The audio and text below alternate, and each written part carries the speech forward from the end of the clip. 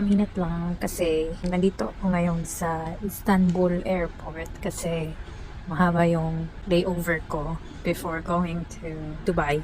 Ninaan ko lang yung boses ko kasi nasa nap zone ako and ako yung tipo na hindi makatulog. Kaya ito, nag-chika minute na lang ako. Update lang sa buhay 18. So, eto na nga, papunta akong Dubai to attend sa concert and also first time ko din doon gagala. And also to Qatar, attend din ako. And initially, pupunta din sana ako ng Riyadh, pero di pa na-cancel. So sad. Other news as well. Finally, pupunta na ng Europe. Ang SB19, wala ako sa Europe pagpunta nila kasi nasa Middle East ako.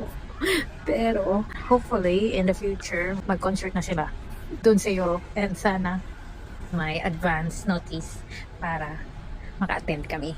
Kasi ang daming 18 na umattend ng Middle East tour kasi ito yung pinakamalapit so far sa Europe.